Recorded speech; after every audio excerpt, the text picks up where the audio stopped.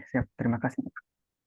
Oke, Mbak Melvi, sorry tadi kan saya terlambat nih. Ini mungkin Mm-mm. eh, untuk pesertanya nanti, sorry kalau ada pertanyaan akan di di akhir atau bisa interupsi?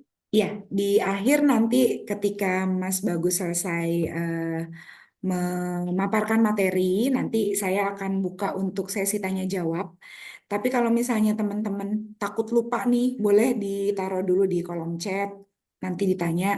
Tapi nanti akan saya sampaikan ke Mas Bagus di akhir pada saat kita sesi Q&A. Oke, siap. Gitu. Oke, kalau Oke. gitu sudah saya record, silakan Mas Bagus. Hmm, Oke, terima kasih untuk waktunya teman-teman semua. Mungkin di sini saya ingin tahu nih dari teman-teman ini backgroundnya apa ya? Mungkin yang bisa ngasih reaction gitu, yang dari pelajar, mungkin pelajar atau mahasiswa bisa kasih reaction dulu. Oh, ini agak sepi ya. Mungkin yang dari mahasiswa atau pelajar, oh ada, oke. Kalau yang dari praktisi, yang sudah bekerja, boleh reactionnya? Oh, oke, sudah ada beberapa yang bekerja ya. Siap. Oke, mungkin terima kasih untuk kehadirannya di sesi ini. Eh, Perkenalkan kembali, nama saya Bagus Rezani Muhammad. Saya dari Cybertrend ya. Di kesempatan ini saya akan sedikit menceritakan ya, mungkin sharing atau terkait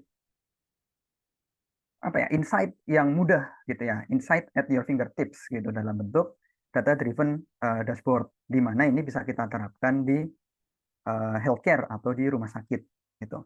Nah, mungkin coba saya share screen dulu ya. Oke.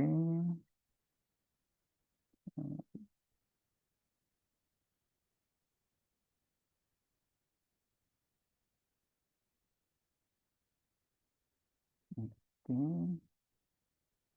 Sorry. Oke, sudah terlihat ya untuk screen saya. Oke, insight at your fingertips, empowering hospital management with data-driven dashboard. Oke, jadi di sesi kali ini sebenarnya ada ya lima poin ya. Yang pertama introduction gitu ya. Apa sih yang dimaksud dengan data-driven analytic. Kemudian eh, penerapan ya data-driven analytic di hospital atau di rumah sakit gitu ya. Termasuk tren, mungkin dimulai ada tren-tren tentang penyakit, tentang rumah sakit, kemudian challenge-challenge apa saja yang dihadapi di rumah sakit ketika ingin melakukan analitik seperti itu. Kemudian juga mungkin ada beberapa solusi gitu. Nah, nanti di berikutnya akan ada use case dan demo gitu. Jadi ada beberapa contoh penerapan gitu ya data driven analytic di rumah sakit atau di industri di bidang kesehatan.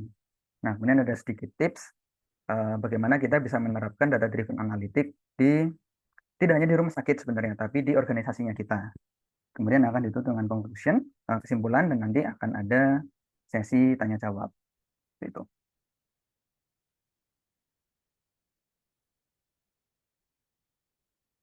Oke. Nah, di sini mungkin udah sering dengar ya istilah data driven analytic gitu, di mana kita membuat analisis dan keputusan itu berdasarkan data. Kayak gitu ya kan. Sebenarnya sih kalau kita istilah melakukan analisis berdasarkan data itu sebenarnya kan sudah dari dulu nih, sebelum sebelum ada digitalisasi, sebelum ada komputer itu sebenarnya orang-orang juga melakukan analisis seperti itu. Cuman memang zaman sekarang ketika datanya sudah sangat-sangat masif, kemudian sangat-sangat bervariasi, itu nanti analisis yang kita dapatkan itu bisa lebih detail gitu ya. Kalau mungkin contohnya di ya zaman dulu gitu ketika ada orang jualan, kita cuma tahu oh barang ini, barang ABCD itu laris di tokonya, toko cabang Malang, toko cabang Surabaya, atau cabang Jakarta kayak gitu. Tapi semakin ke sini kita punya data yang makin macam-macam, kita bisa tahu nih, oh produk ABC ini laris di Malang, CDE laris di Surabaya.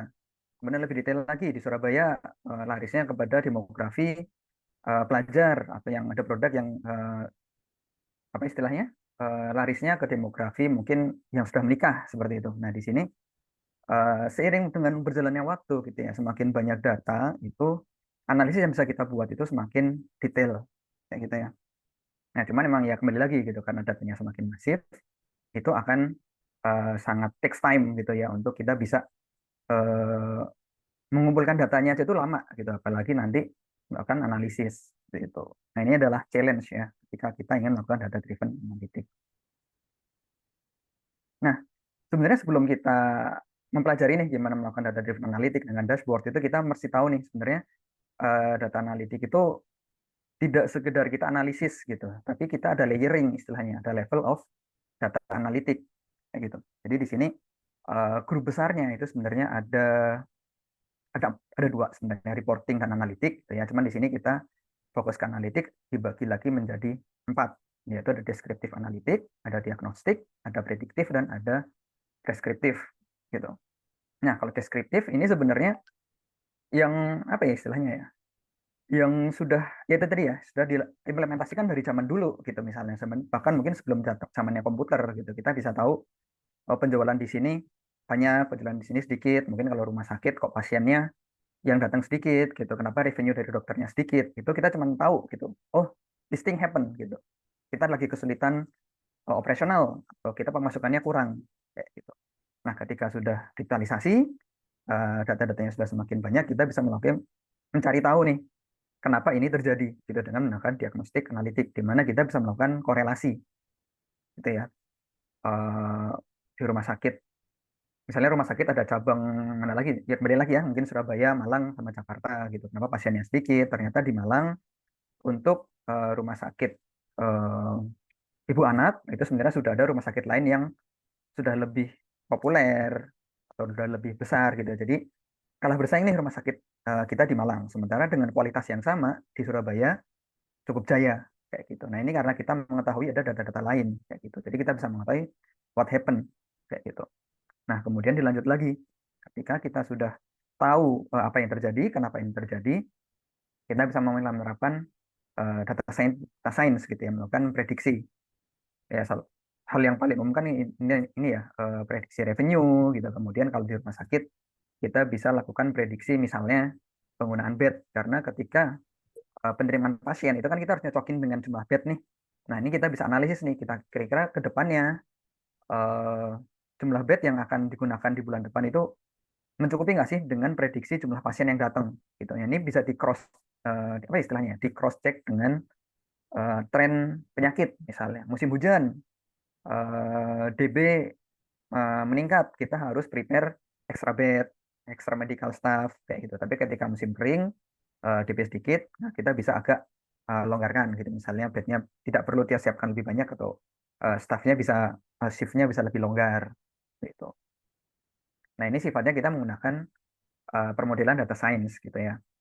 Nah, lebih jauh lagi gitu, yang sekarang sudah sangat dibantu dengan ada generative AI, itu adalah preskriptif analitik gitu. Kita bisa menyerahkan ke AI nih, kita sudah siapkan modelnya, kita sudah siapkan apa istilahnya data-datanya gitu ya. Nanti kita akan dibantu dengan AI untuk eh, melakukan optimisasi gitu ya. Dan prescriptive analytic ini eh, membantu kita melakukan action gitu. Jadi misalnya kembali kembali lagi ya, kalau yang namanya industri atau perusahaan gitu ya, mau itu rumah sakit mau itu retail, pada dasarnya adalah memberikan tujuannya adalah memberikan service yang terbaik dan bisa meningkatkan revenue gitu. Nah, di sini tadi ketika kita sudah tahu nih eh, kebutuhan bednya sekian, kita sudah ada prediksi penyakitnya begini-begini. Nah, langkah apa yang harus kita lakukan untuk bisa memenuhi kebutuhan bed misalnya. Nah, itu nanti dengan preskriptif analitik itu bisa dibantu kayak gitu. Jadi memang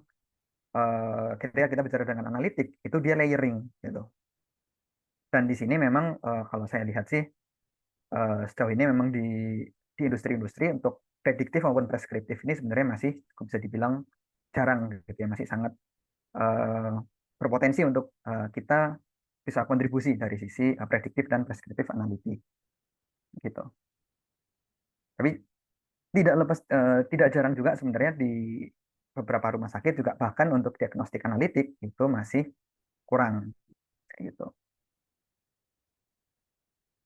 Nah, yang ini eh, ketika kita breakdown lagi untuk level data analitiknya, ini jadi kita bagi 8. Nah, tadi yang untuk diagnostik itu bisa kita bilang di access and reporting ya, dari standar report, cuman kita mengetahui apa yang terjadi. Ad hoc, misalnya kita ingin lebih detail, ketika misalnya pasien membludak atau jumlah bed kurang, itu ad hoc kita tahu ini kapan sih bednya kurang, kapan sih pasien membludak gitu. Dan kalau memang ada beberapa cabang rumah sakit, kita tahu di mana lokasinya.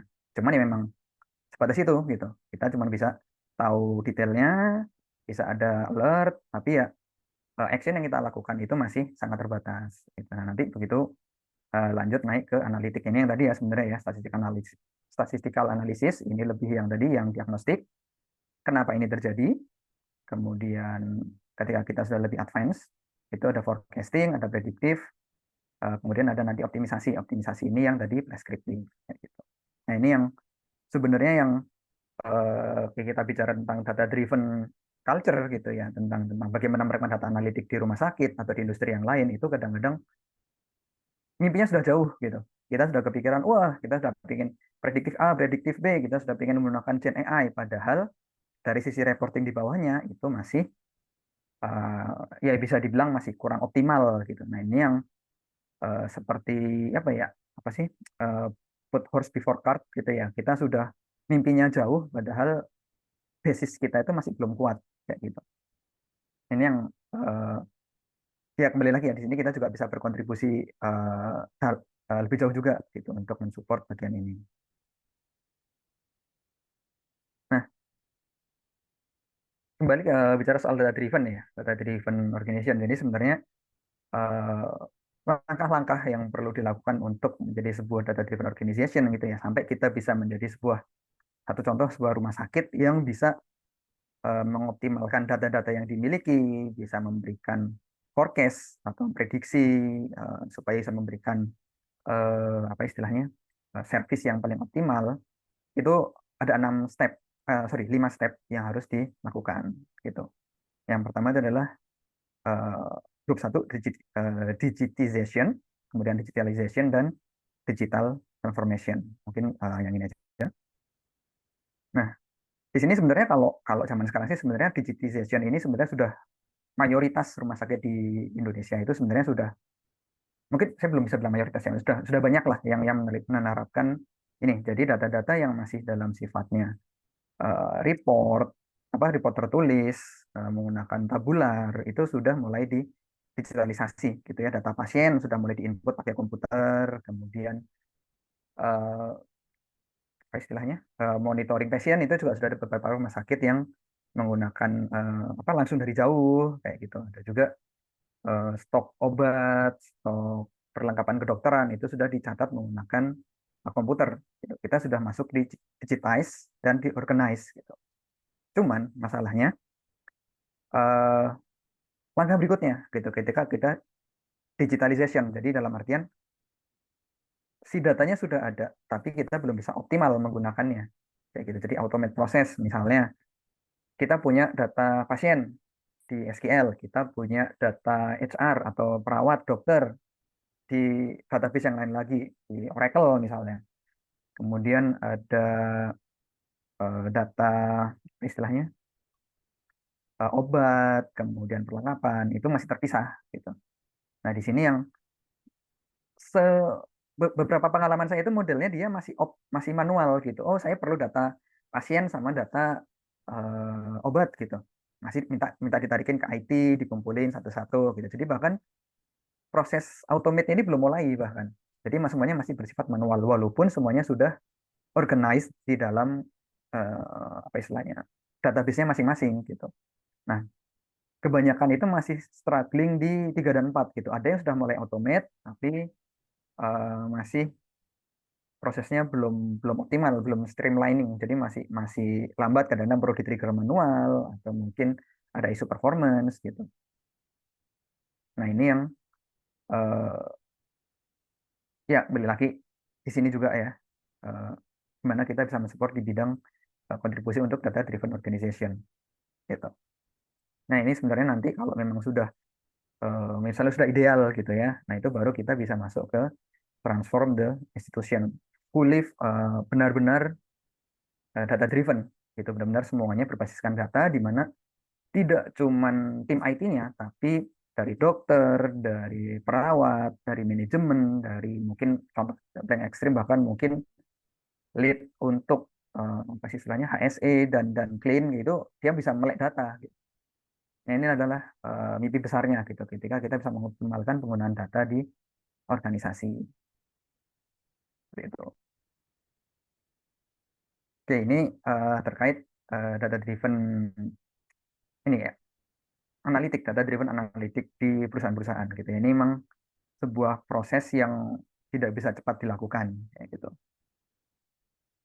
Nah, sekarang tadi sempat saya singgung-singgung ya, tadi beberapa contoh sudah menggunakan rumah sakit ya. Ini sekarang kita akan membahas lebih detail lagi terkait data driven di rumah sakit kayak gitu. Oke, jadi kalau misalnya kita lihat tren gitu ya, sebenarnya kalau kalau mungkin ini bukan perbandingan yang benar-benar eh, seimbang gitu ya. Tapi kalau saya melihat kalau kita bicara tentang rumah sakit dan militer itu adalah termasuk industri yang perkembangan teknologinya cepat gitu ya. Di rumah sakit itu sudah menerapkan IoT, kemudian sudah ada AI untuk mungkin membantu analisis, sudah ada image recognition gitu ya, melihat foto penyakit kulit di foto nanti dari AI-nya sudah memberikan rekomendasi gitu. Oh ini penyakit ini nanti dikonfirmasi oleh dokter gitu. Big data. Nah ini ya data rumah sakit ya. Jadi datanya rumah sakit tidak cuma sekedar data pasien, usia, alamat, nama, gender, tapi juga untuk beberapa penyakit bahkan ada image-nya, ada data obat dan lain-lain. Jadi memang sudah menggunakan data yang benar-benar masif. Kayak gitu.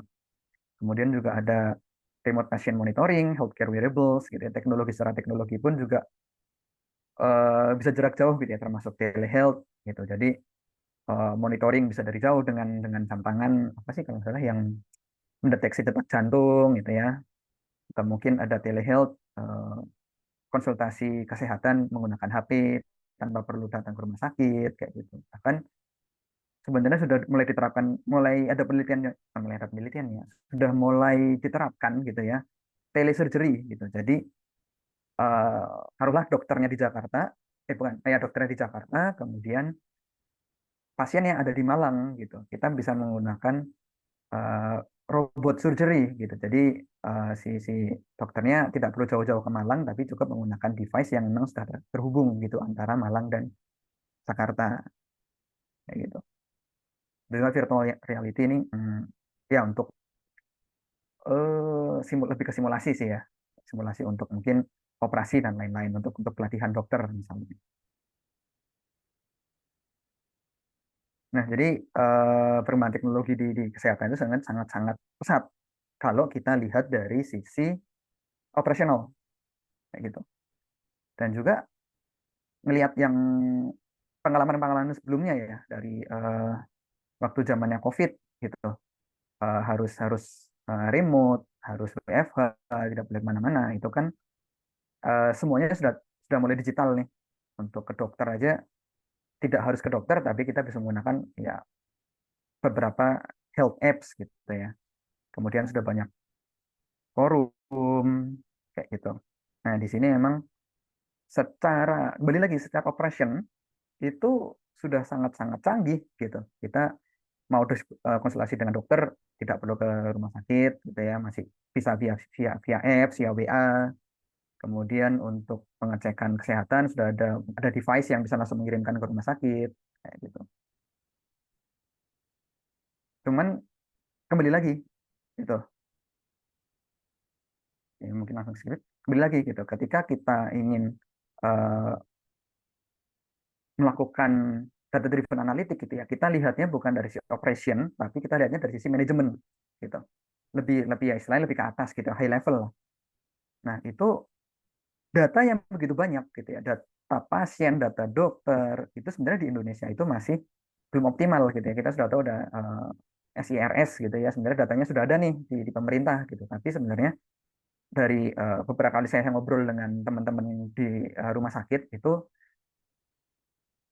apa ya istilahnya dari rumah sakitnya sendiri itu belum bisa fully utilize dari data-data yang mereka miliki gitu. Padahal kalau mereka bisa mengutilize data-data itu ya bisa sangat-sangat membantu gitu untuk ke medical research, untuk mengoptimalkan operasional perawatan pasien gitu ya. Kemudian untuk meningkatkan revenue, mengoptimalisasi penjadwalan staff. Itu tuh bisa gitu loh, bisa bisa dimanfaatkan ke situ, cuman ya kembali lagi itu belum bisa diimplementasikan gitu ya, karena ada beberapa challenge gitu. Yang pertama itu adalah interoperability challenge, dalam artian eh, datanya banyak tapi terpisah. Kayak tadi saya sempat mention ya, si HR, kemudian apa tadi, HR, pasien, obat, payroll misalnya, itu tuh terpisah-pisah kayak gitu. Dan teknologinya pun tidak selalu teknologi terbaru gitu. Jadi ketika ingin menggabungkan, mendapatkan tampilan yang lebih menyeluruh gitu, itu akan sangat takes time gitu. Dan di beberapa kasus bahkan ya modelnya cuman by request gitu. Hari ini minta data, sekian hari buatkan reportnya, diberikan gitu. Padahal kebutuhan analitik ini tidak cuman satu waktu itu kan, tapi harus secara rutin dimonitor.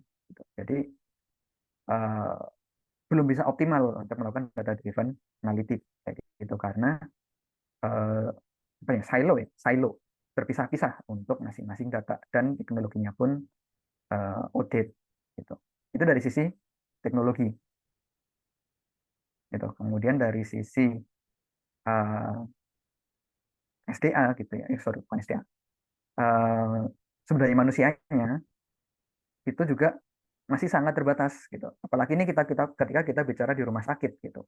Kembali lagi fokusnya adalah operation. Rata-rata ya memang perawat, dokter gitu kan, fokusnya adalah fokus ke merawat gitu ya. Jadi mereka memang memang belum diarahkan untuk melakukan analitik gitu. Padahal kalau misalnya mereka melihat data gitu ya, sudah diajari cara menganalisis, sudah bisa diizinkan melihat data gitu. Akan ada insight-insight baru nih dari perawat, dari dokter, karena mereka yang turun ke lapangan gitu. Jadi di sini insight-nya itu kalau kalau tim di lapangan yang istilahnya ya mungkin tim di lapangan, tim operation di rumah sakit itu bisa melakukan analisis sendiri, itu akan ide-idenya itu akan lebih banyak gitu. Bahkan mungkin sampai detail gitu, ada oh ini proses perawatan, apa istilahnya, call to action ya. Jadi misalnya dari ada pasien yang perlu apa gitu ya, kenapa perawat tidak bisa segera memberikan respon gitu.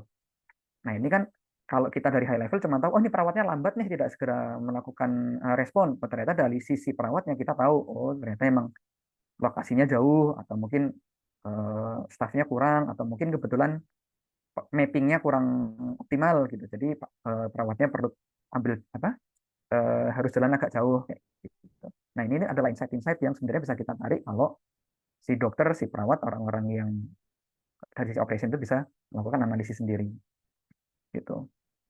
Nah, yang berikutnya, challenge berikutnya itu lebih ke apa istilahnya ya, data governance gitu, data governance, data quality gitu, di mana eh, data-data yang sudah masif, yang sudah banyak itu sebenarnya belum bersih, belum siap untuk dipakai analisis ya.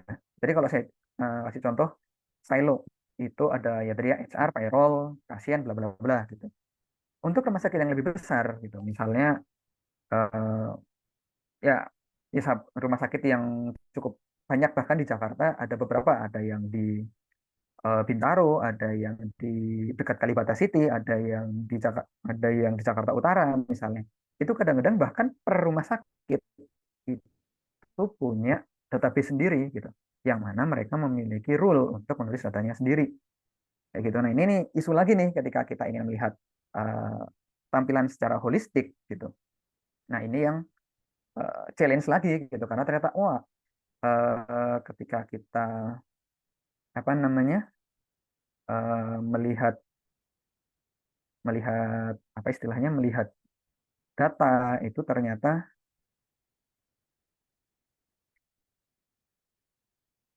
ketika kita melihat si sorry melihat data, melihat bukan melihat, menuliskan nama pasien, atau ketika kita ingin menuliskan nama obat, itu standarnya beda-beda gitu. Ada yang nama depan dulu, misalnya Bagus Rezandi Muhammad, ada yang ternyata ngikutin dari luar, Muhammad Bagus Rezandi gitu. Atau mungkin obat sebut merek Panadol 100 gram kalau nggak salah, apa yang ditulis 100 gram Panadol. Nah, kayak gini itu isu nih karena kita jadi tidak bisa menganalisis secara holistik gitu. Sebelum kita bisa nyampe ke situ, kita harus eh, melakukan cleansing dulu kayak gitu. Nah, ini adalah beberapa challenge yang dihadapi ketika kita ingin eh, melakukan data driven analytic gitu. Nah, sebenarnya bagaimana cara kita bisa mensolusikannya itu adalah menggunakan salah satunya ya, itu adalah kita menerapkan data warehouse and business intelligence. Dalam artian eh, kita itu membuat data warehouse menjadi satu single point of truth gitu. Jadi semua data gitu ya dari contoh yang tadi ya macam-macam HR, payroll, passion, medicine itu semuanya dikumpulkan ke satu data warehouse gitu. Terserah eh, si data apa si payrollnya pakai CRM kah atau kemudian ada yang pakai Oracle ada yang pakai Postgre, yang penting kita kumpulkan semuanya ke satu data warehouse, be it SQL atau Oracle atau apa, yang penting dari satu. Jadi nanti eh, analisis itu nembaknya cukup ke satu data warehouse ini gitu. Mau dibuat report, mau dibuat visualisasi, mau dibuat data mining atau mungkin explore, create model gitu ya. Itu semua harus dikumpulkan dulu kayak gitu. Nah, kemudian untuk memudahkan analisis gitu ya, karena kita fokusnya adalah improve performance dengan data driven, dan yang paling mudah adalah dashboard gitu ya, karena mantep-mantepnya data gitu ya kalau dimasukkan dalam bentuk tabular ya tetap nggak optimal gitu. Kita harus baca, literally membaca tabel row demi row gitu. Tetap yang paling optimal adalah kita buatkan dashboard di mana nanti setiap user itu bisa interaksi dengan dashboardnya. Jadi bukan bukan dashboard yang statik gitu ya. Jadi dashboardnya memang kita bisa slice and dice kayak gitu. Jadi kita bisa melihat lebih dalam kayak gitu.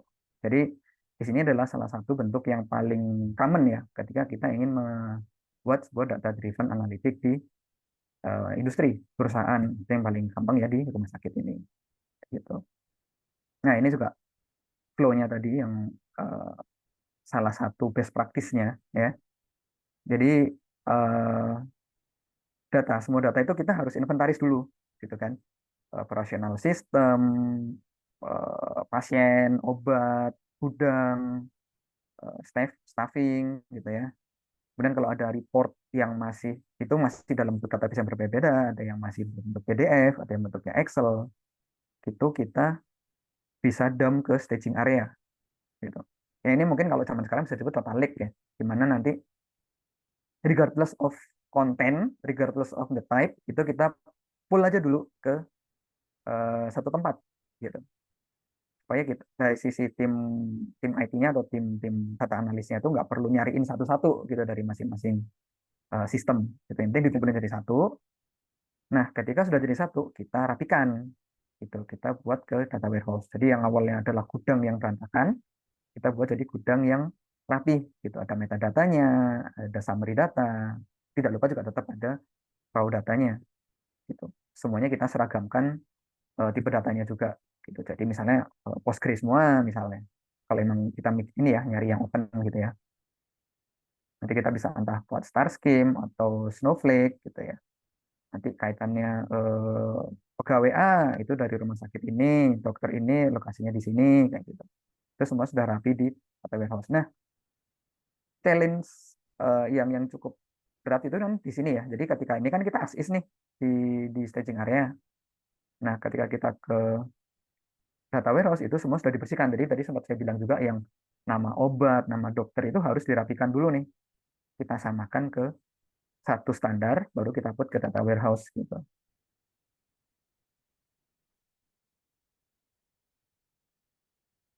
Nah, dari sini sebenarnya kita sudah bisa melakukan analisis. Cuman ketika kita ingin lebih optimal lagi gitu ya, ketika kita ingin lebih detail lagi, gitu, kita bisa lakukan eh, apa istilahnya, membuat lebih terkonsentrasi lagi yaitu dengan data mart. Gitu ya. Kalau ini kan di data warehouse masih sifatnya eh, walaupun sudah relation tapi masih terpisah-pisah gitu. Nah, ketika kita sudah punya spesifik analisis yang kita inginkan, misalnya sales atau mungkin inventory obat gitu. Nah, itu kita bisa buat data mart. Jadi data-data yang ada di data warehouse itu kita kumpulkan ke satu tabel dengan agregasinya sesuai dengan kebutuhan. Kayak gitu. Jadi misalnya kita data obat ini benar-benar per, per obat ini ada tanggal penyimpanannya kapan, jumlahnya berapa, diambilnya kapan gitu. Sementara kita ternyata untuk analisis awal nggak perlu sedalam itu gitu. Kita cuma perlu tahu per hari ini ada berapa gitu. Nah, itu untuk mempermudah ketika pembuatan dashboard nanti gitu ya, kita bisa buat data mart. Jadi di sini sudah diagregat tuh, kita udah nggak lihat lagi per bijinya atau per row-nya, tapi sudah di total kayak gitu. Nanti baru ke dashboard kayak gitu. Jadi di sini memang akan sangat bertahap, tapi di end user itu akan jadi lebih enak untuk melihat. Jadi fokusnya bisa lebih ke analisis ya gitu. Walaupun ya ini masih simplifikasi ya. Kalau kita mau lihat yang lebih detail, sebenarnya ya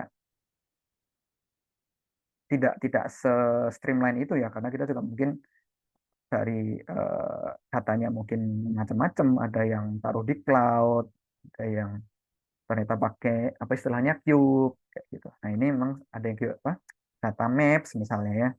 Nah, ini yang sebenarnya nanti bisa kita diskusikan lebih lanjut gitu. Tapi yang benar fokus utamanya adalah untuk eh, mensupport data driven analytics itu kita bisa terapkan data warehouse and business intelligence gitu. Kita kumpulkan semua data, kita tampilkan dalam bentuk dashboard gitu.